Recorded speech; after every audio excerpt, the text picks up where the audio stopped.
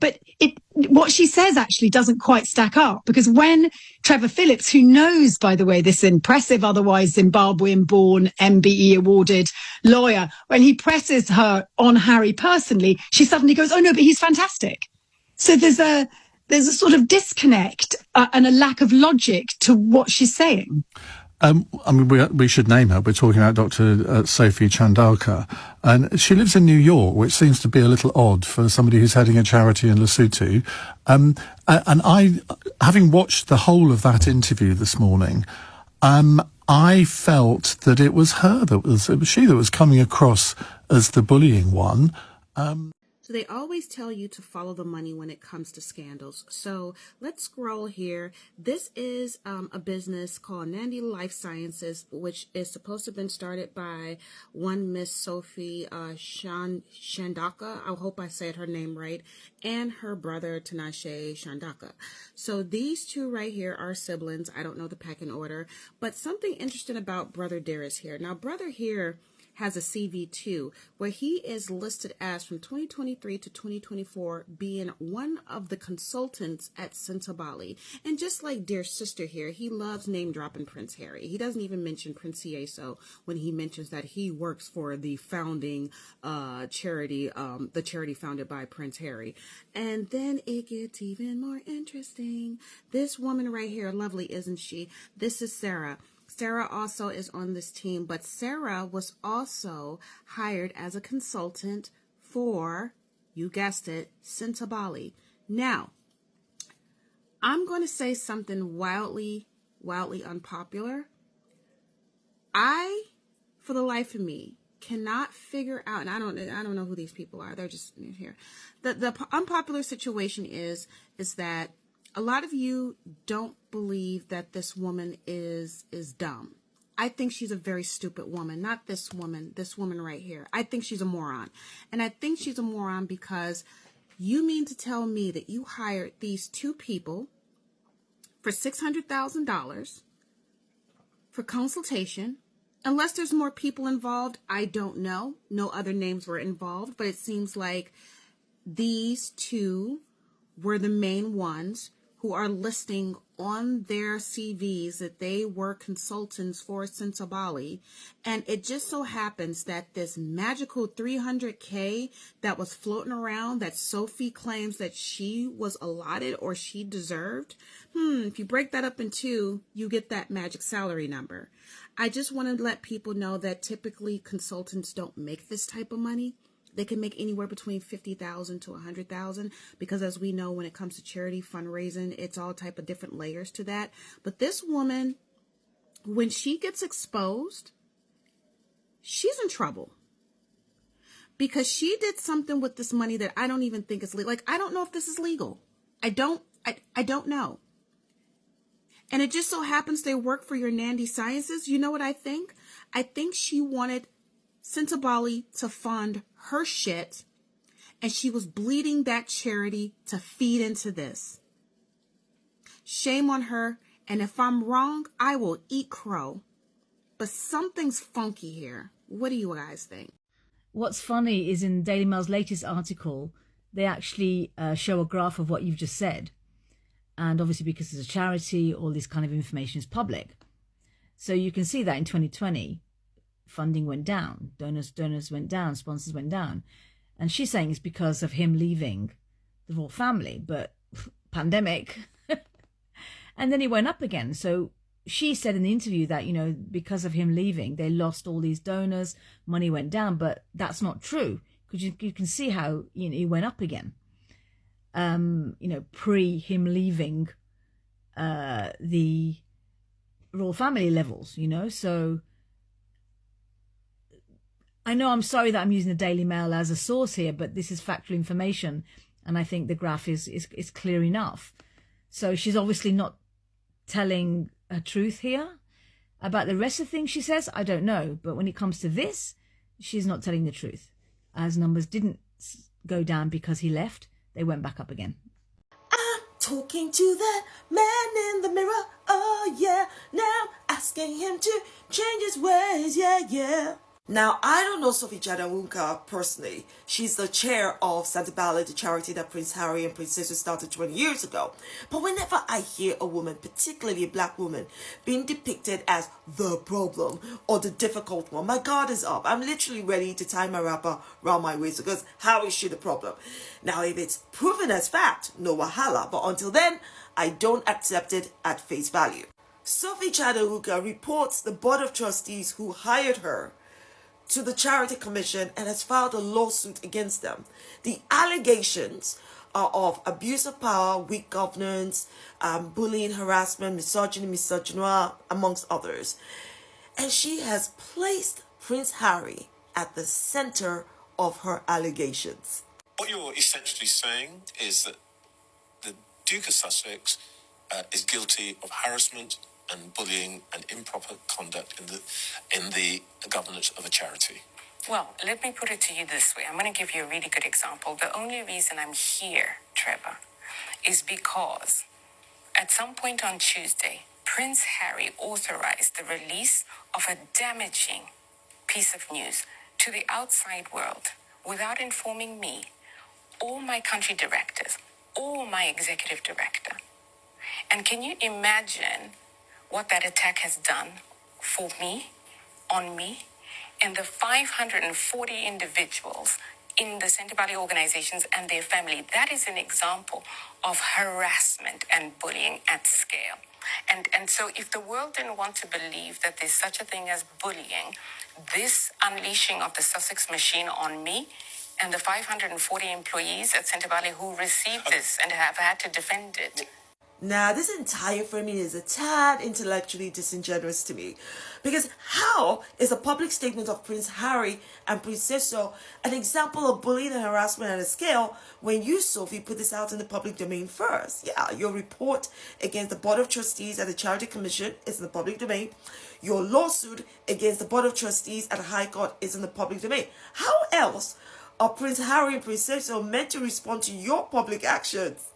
Except by responding with a public statement. You know, can you see that?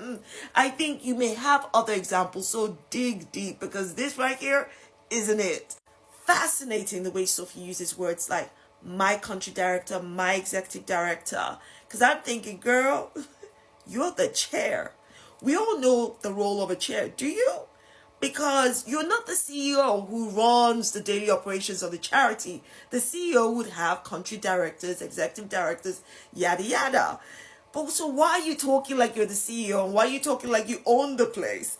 The language smacks of a hostile takeover, in my humble opinion. Equally fascinating is how Sophie frames this as an attack on the employees. Now, we all know the employees are not at the center of the altercation between the founders, trustees, and chair. So drawing the employees into this, to me, is a way of shaping the court of public opinion in her favor. I'm not sure it will do that, though, because, quite frankly, anyone should be able to see through this.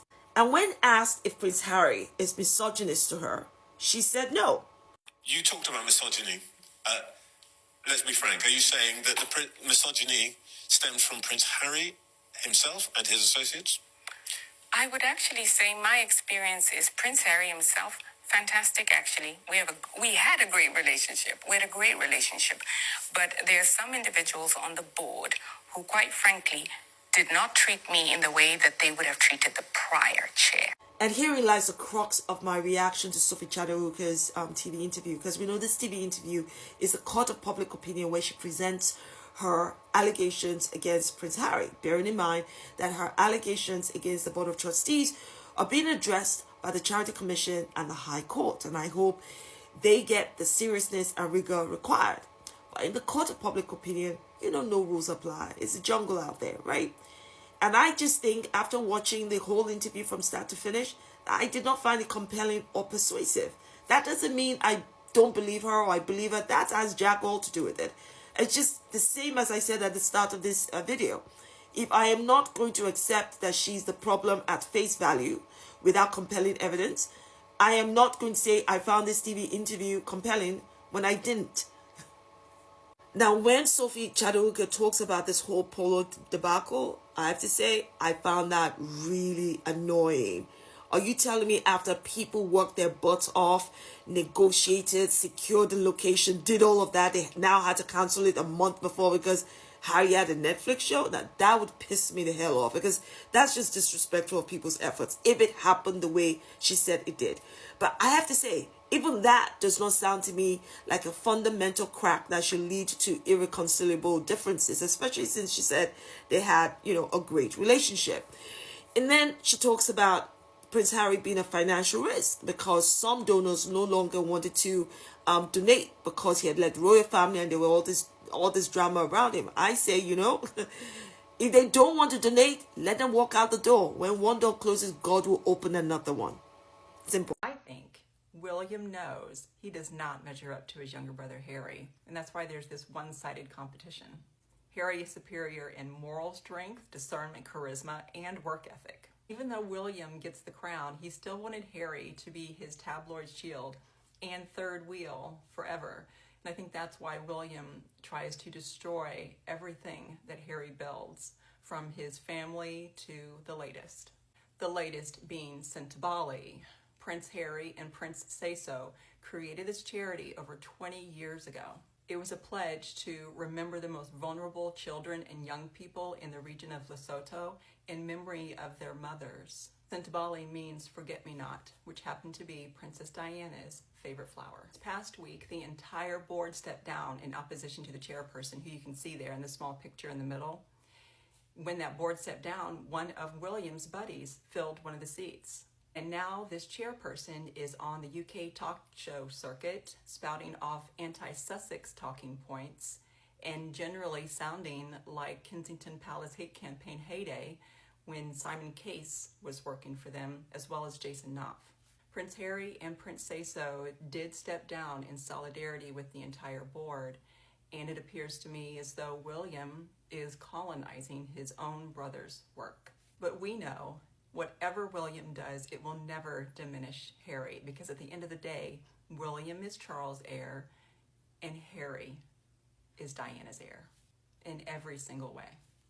The past 20 years, it has been Harry carrying forward Princess Diana's legacy and speaking up and saying, no, my mother was not paranoid, even after, William called her paranoid. And it is Harry who is taking on the tabloid press that tormented his mother during her lifetime, while, by the way, William took a buyout. These two brothers could not be more different. From their choice of spouse to their leadership skills. Never understand how so much wealth and power to rule over a very diverse commonwealth would produce such a cruel and envious and petty and racist and greedy individual. It boggles the mind.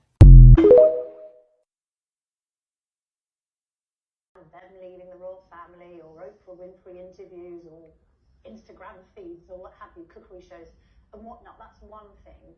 He will feel that his charity work should be sacrosanct, and that's done with the best of intentions, and not just this charity but also Invictus.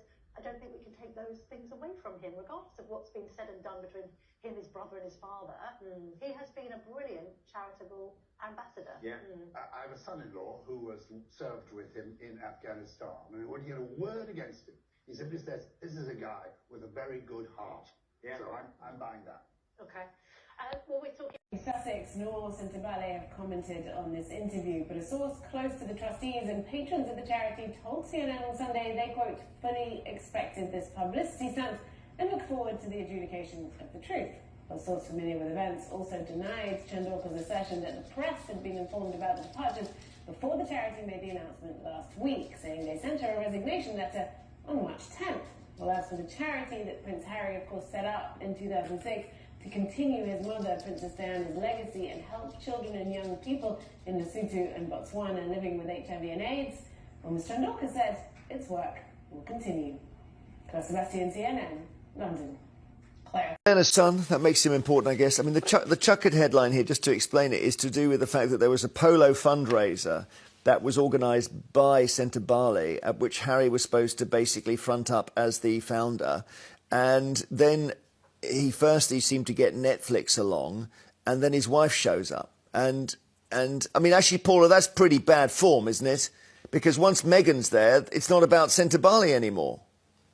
Oh, goodness me, Jeremy. Even your comment, and then his wife shows up. I mean, come on, guys. When are we going to get over Meghan? It's his wife. It's fine for her to be at events like this. It's fine for her to support her husband. And I have to say, I did wonder, with a roll of my eyes, how long it was going to take for Meghan to be somehow embroiled in this. I mean, when the inevitable asteroid hits the planet, we know who's going to be to blame for that as well, don't we?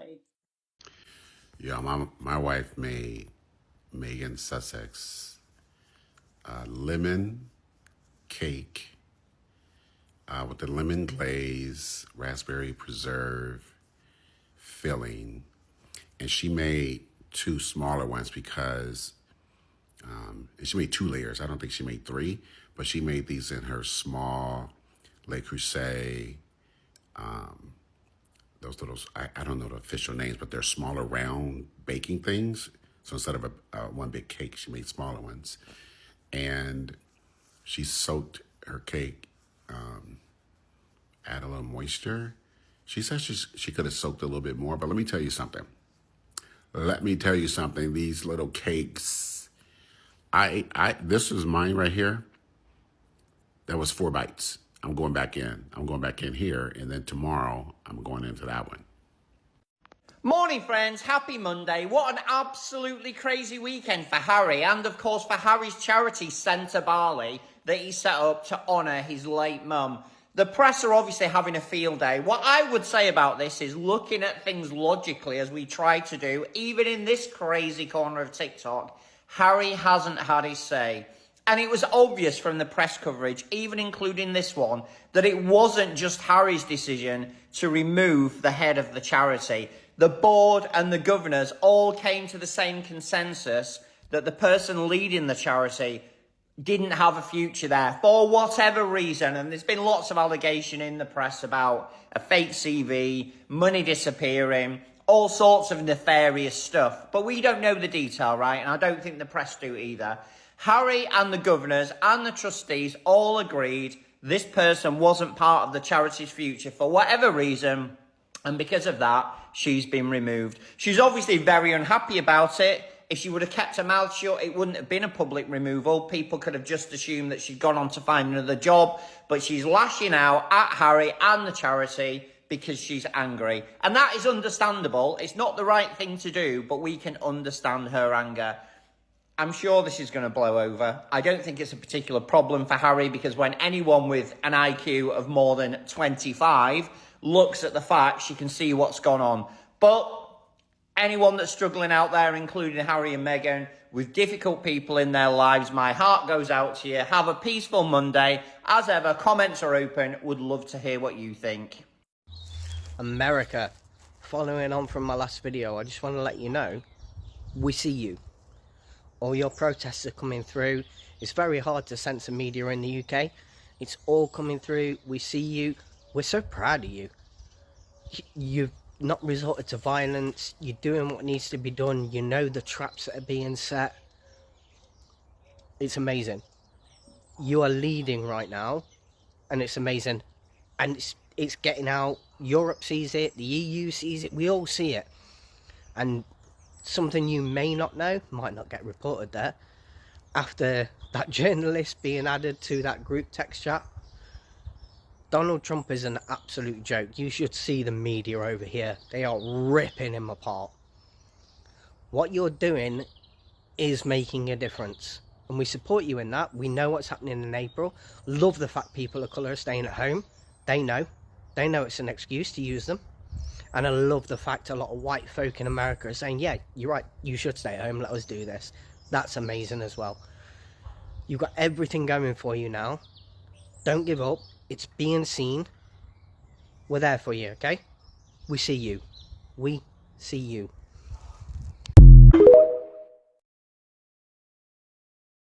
Millennial March. The million Millennial March.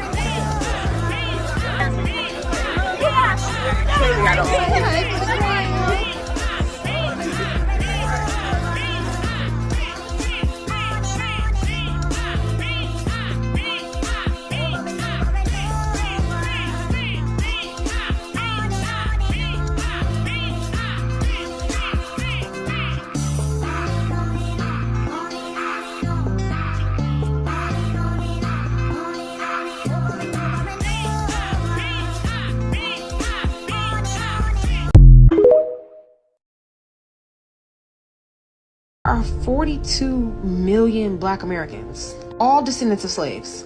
Did you know that's the same size of population as Afghanistan? There are more Black people in the United States than there are people in Canada. Black population is bigger than the population of an entire country. Did you know that there are more Black Americans than the average country? Ghana only got 37 million people, 39. Regardless, we overpopulate them. The idea that we are a minority, it's meaningless. We're a minority only because we live in a country that takes up 1/3 of an entire continent. There are more Black Americans than there are people in California and Texas. Those are the largest states in America. If Black people all gathered in one place, we could have a small country. We are a nation inside of a nation. We are unlike other minorities because we are all the same. We aren't just a race. We are one culture. We don't come from different nations, different cultural backgrounds. We represent one culture, one identity.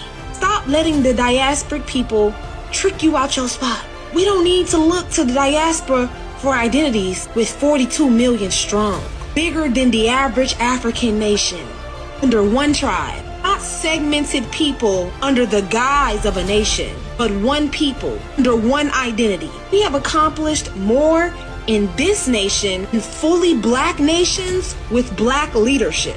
People's opinions about who we are is irrelevant. At this point, 42 million people, doesn't matter what happened 400 years ago. Doesn't matter from the different places we came from. All of that is long gone. The only thing that matters is that we're here now. We're looking to the future that we're about to build. We are in the coming of a Black Renaissance era. It will not be missed because people are looking to the past and to the diaspora for answers when they have none. It's time to let all of that go. None of that stuff matters anymore. We are here. We're not going nowhere with 42 million people. Let that sink in.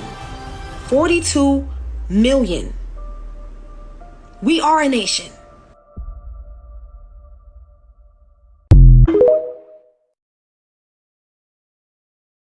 You scared people, Huey. The Black Panthers scared people. Anytime the Black man attempts to change the slave image, he will scare white people. So the Black Panther Party, I thank you. When you said that we scared people, that means that we were creating a positive Black image for ourselves. How do we change Let me give you an example. All we're given the way you statistics change it is through revolution.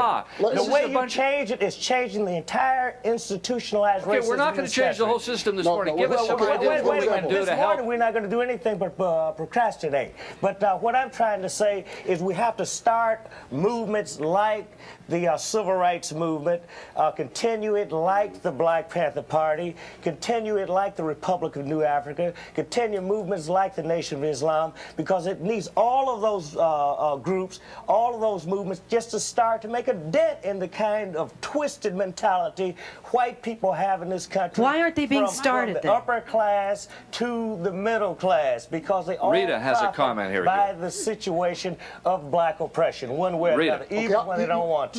I mean, was it a real positive experience? You think it worked? I think that we accomplished some of the goals that we set out for. Of course, that blacks are not free in the United States to this very day, so we have not accomplished freedom. But I hope that we laid down a history that we contributed to the continuing struggle for freedom.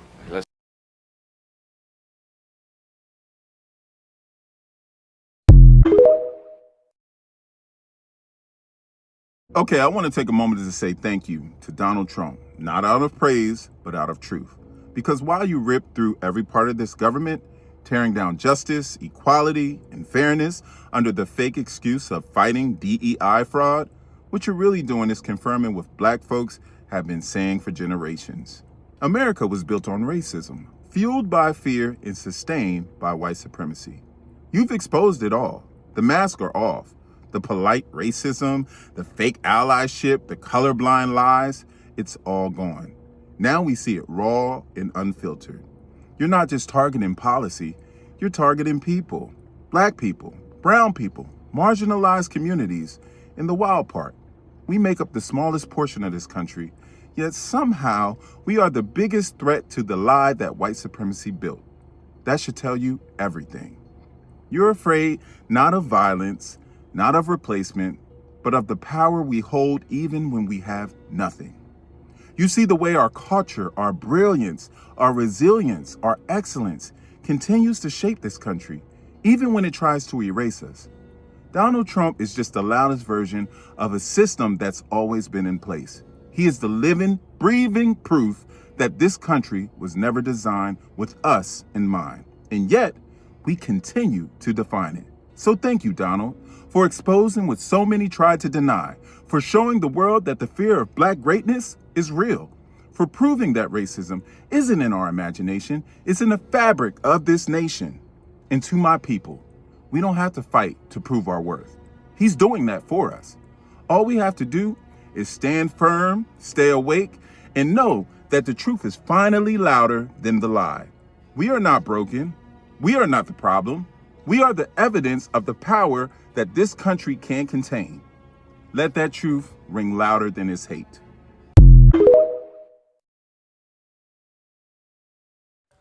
"85% of welfare and food stamp moochers are white, live in southern red states, and vote for Republicans."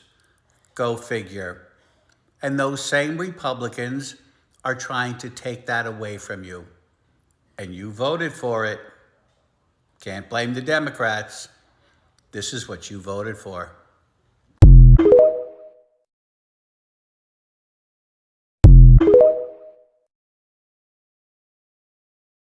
I've already appealed. I'm going to fight for my job back. I took an oath of office to fight for this administration. And although I don't agree what's happening or what's going on, please, I don't want to hear the negative stuff. I don't want to hear it. We're going through it right now. All us government, all us federal employees are going through it.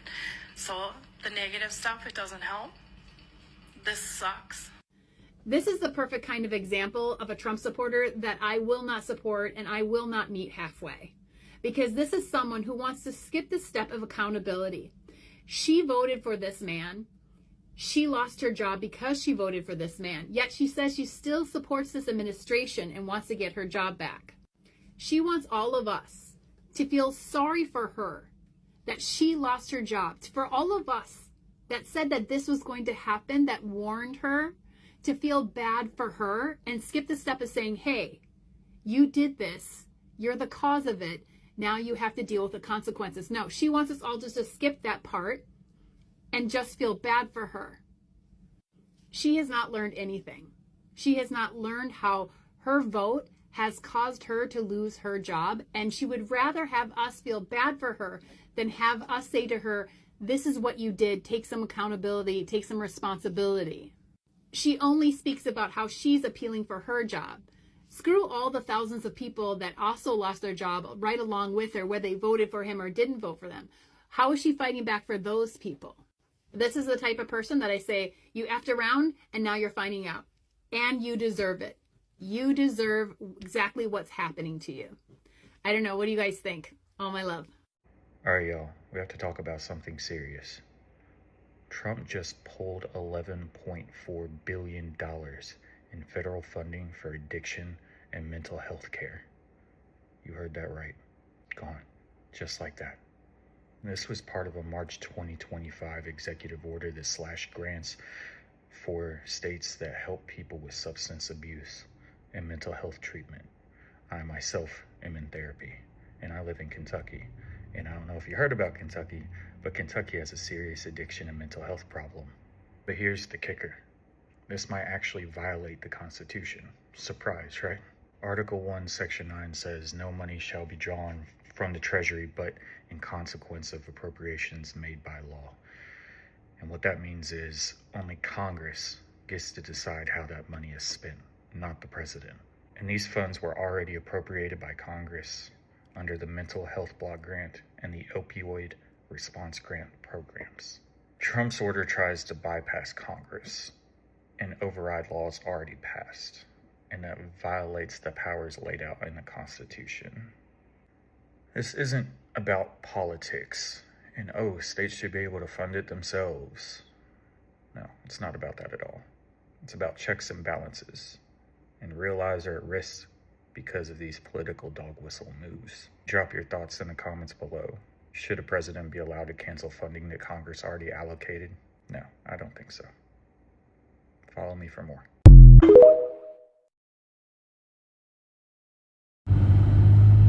Hello my people, Lady Rose here. How y'all doing?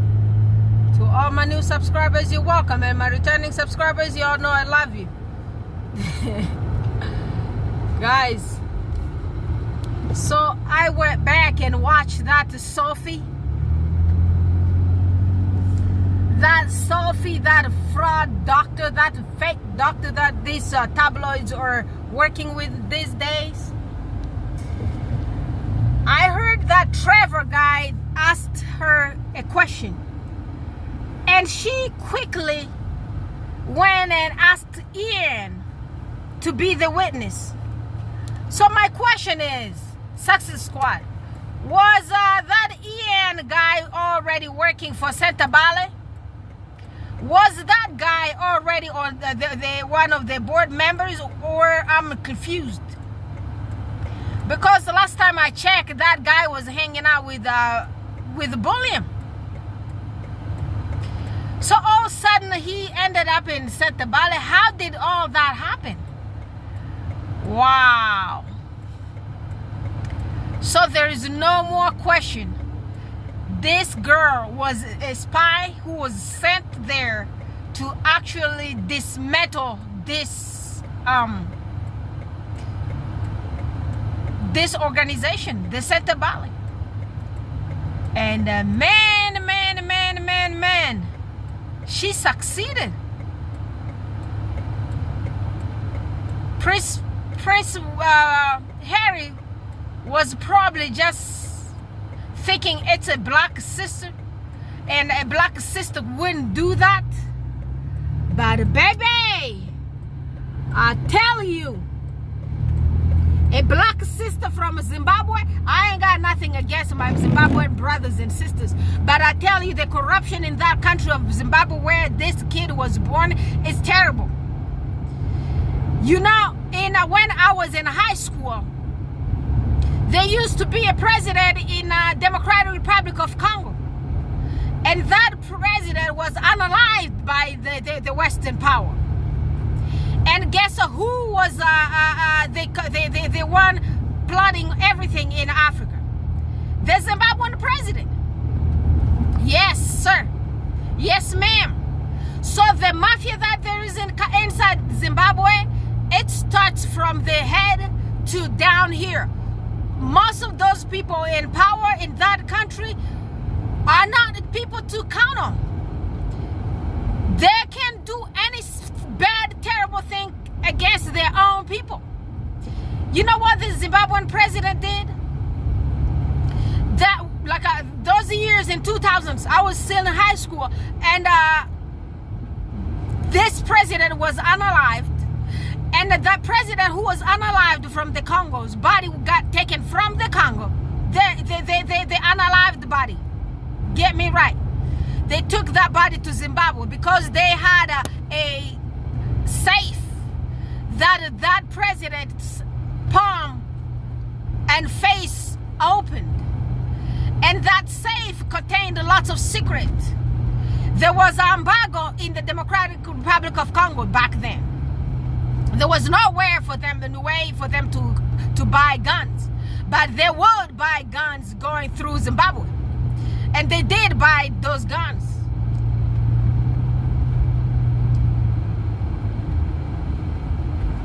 Using that Zimbabwe corruption. Going through the Zimbabwe corruption. And after that, they installed a fake, a non-resident, a non-born person from the Democratic Republic of Congo to become president in that country for 20 years. So if you're talking about the Zimbabwean people in power, they will sell anybody. That's one of the examples. It happened. I was in school, it was year 2000. I was in high school.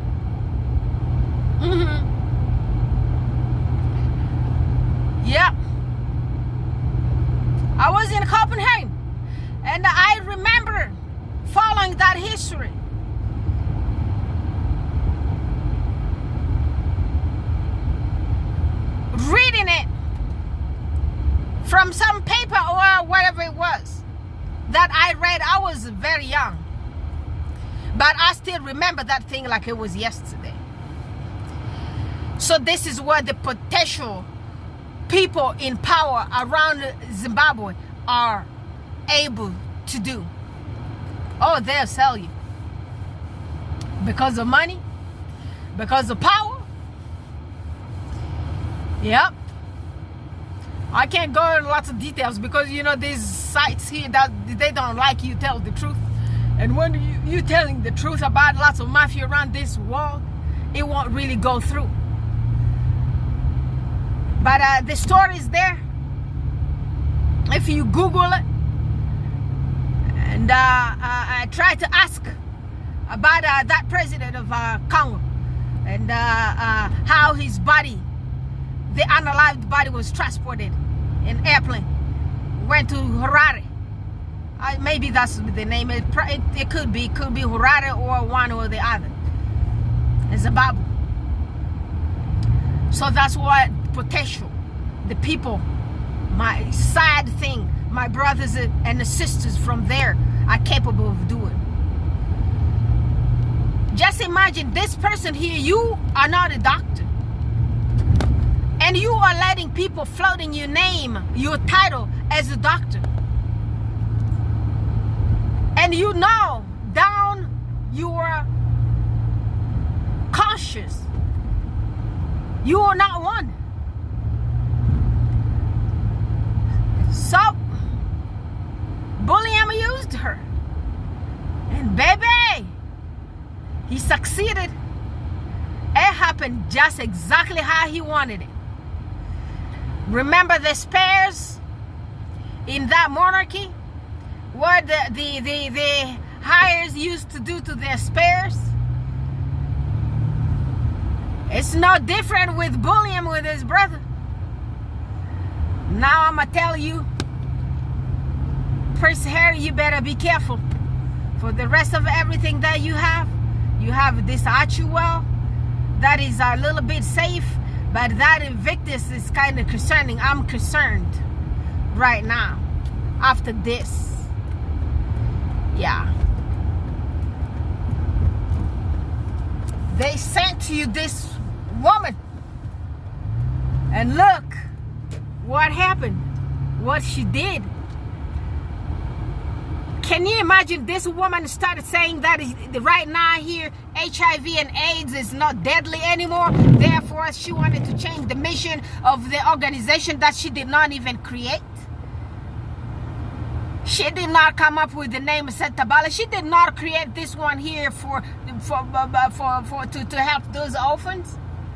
But right now here, she want to change the mission from helping the AIDS, the HIV and AIDS victims, orphans, to what? To weather? To weather what? Weather did what? Guys. Yeah, I'm gonna just keep watching this video and try to dissect a little tiny bit of section every day around here for y'all guys. So right now here she claims that the AIDS and HIV are not deadly viruses anymore. AIDS is the same thing. The HIV, AIDS, it's, the AIDS virus is HIV virus. I was gonna separate them for some reason, I don't know. They call them immunodeficiency. Is it syndrome? Yeah, maybe, yeah. She said they're not deadly anymore.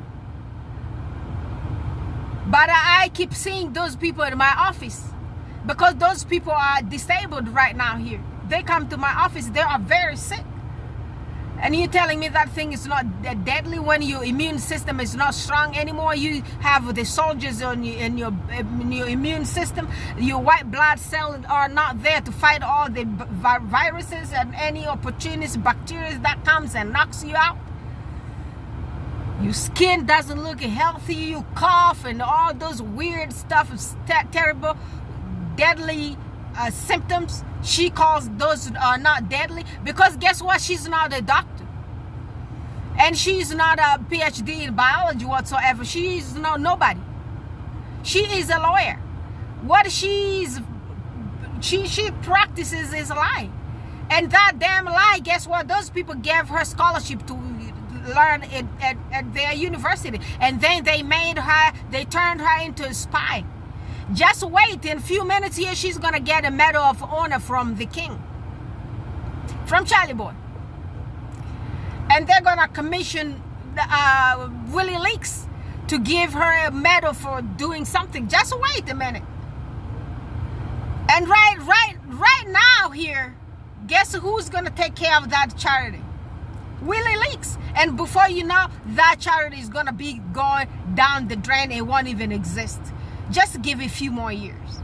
Because right now here, she already dismantled it. She told y'all guys HIV and AIDS are not deadly anymore, so they want to change their mission to different weather. So they want to become meteorologists. And she's going to be the doctor meteorologist. Girl, come on out here, Sophie, tell people what you went to school for. And tell people what is your degree, and tell people what license you're working under. Y'all guys say that she lives in New York. Y'all, come on here, give us the address where she's at so that we could go and write the letters to those states. We need to write the letter to the Department of what do you call it? The Department of Regulations for the license she's working under. We can do that, guys. Tell me where she lives because I need to know. Okay?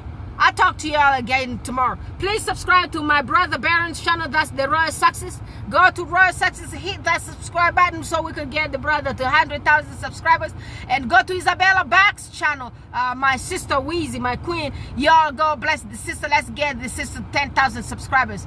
And please share my videos with everybody. We're not getting enough views around here. It's a lot of y'all guys, but it's very hard to get people to watch these videos. Please do me a service. After you watch this video, send them in other platforms that you belong to. I love you. You take care. Bye-bye.